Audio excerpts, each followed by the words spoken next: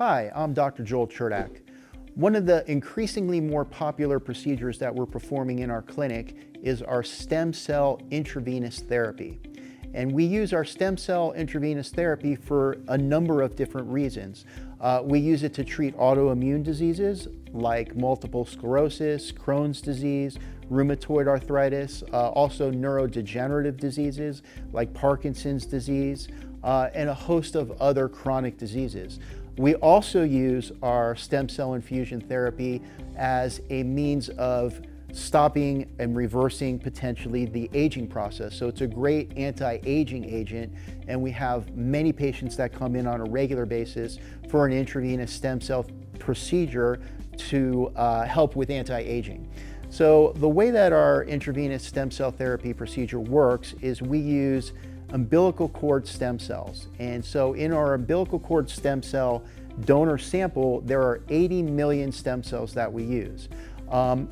We don't use a patient's own stem cells in the intravenous stem cell therapy procedure. The reason being that when we do the extraction process and we get fresh stem cells from a patient, that also comes with blood factors that can increase clotting.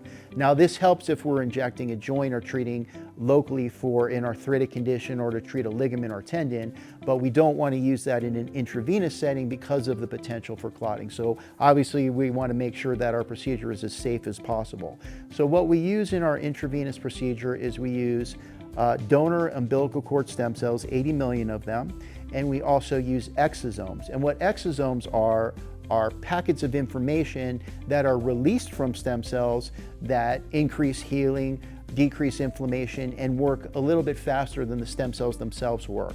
But we use a combination of both of them. And we do this by infusing it intravenously over the course of about an hour. The effects of the stem cell therapy, intravenous therapy, can be felt fairly immediately because the exosomes work almost right away. So people will describe increase in energy, a decrease in pain, a decrease in inflammation pretty soon after the procedure. The stem cells themselves will continue to work for several months. So initially patients will feel sort of a boost of energy, a reduction in symptoms, and then over the long term, those symptoms will stay at bay and start to reduce over time. So if we're treating an actual chronic disease, people will notice their incidence of flare-ups are reducing, the pain and discomfort associated with those symptoms will reduce, and that will continue, like I said, for many months. So if we're treating a chronic disease, and even if we're using it in an anti-aging application, we recommend that a patient comes back anywhere from every quarter to every year, depending on what the results were from their initial infusion therapy. So we monitor the patient's symptoms after that first procedure to see how well it's working to determine what their frequency of repeated infusions would be. It's a great application for anti-aging. It's a great application for treating systemic diseases because, again, it's not treating the symptoms, it's treating the root cause, which is the inflammation.